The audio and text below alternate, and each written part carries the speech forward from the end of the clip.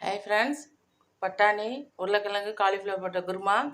நைட்டே ஊற வச்ச பட்டாணியை கொஞ்ச நேரம் உருளைக்கிழங்கையும் பட்டாணியும் வேக வச்சுக்கலாம்.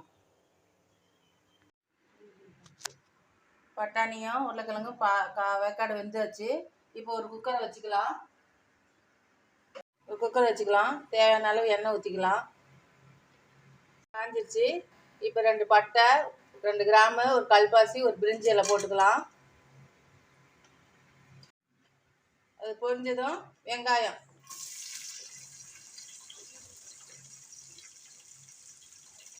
வதங்கிடுச்சு. கொஞ்சம் இஞ்சி பூண்டு பேஸ்ட்டு ஒரு ஸ்பூன் போட்டுக்கலாம். இந்த குருமாவுக்கு அப்போ தான் நல்லாயிருக்கும். இஞ்சி பூண்டு பேஸ்ட்டு வதங்கிடுச்சு. இப்போ தக்காளி போட்டுக்கலாம். தக்காளி வதங்கிறதுக்குள்ளே சோம்பும் தேங்காயும் அரைச்சிட்டு வந்துடலாம். இதில் முந்திரி பருப்பு இருந்தால் போட்டால் குழம்பு டேஸ்ட்டாக இருக்கும். இல்லை நீங்கள் இருந்தால் போடுங்க. கருவேப்பிலை போட்டுக்கலாம். சிக்கன் மசாலா, மஞ்சத்தூள் போட்டு கொஞ்சம் வணங்க விட்டுக்கலாம். கொத்தமல்லி தூளும் போட்டுக்கலாம்.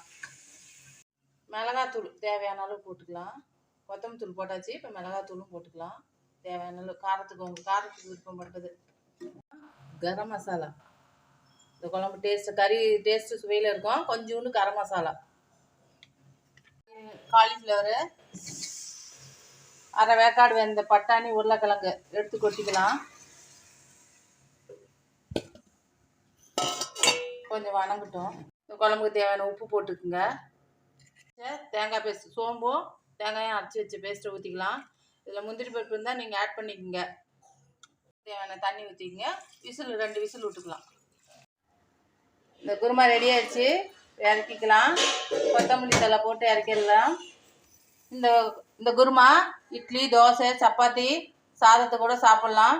இந்த வீடியோ உங்களுக்கு பிடிச்சிருந்தா லைக் பண்ணுங்கள், ஷேர் பண்ணுங்கள், கமெண்ட் பண்ணுங்கள், சப்ஸ்கிரைப் பண்ணுங்கள்.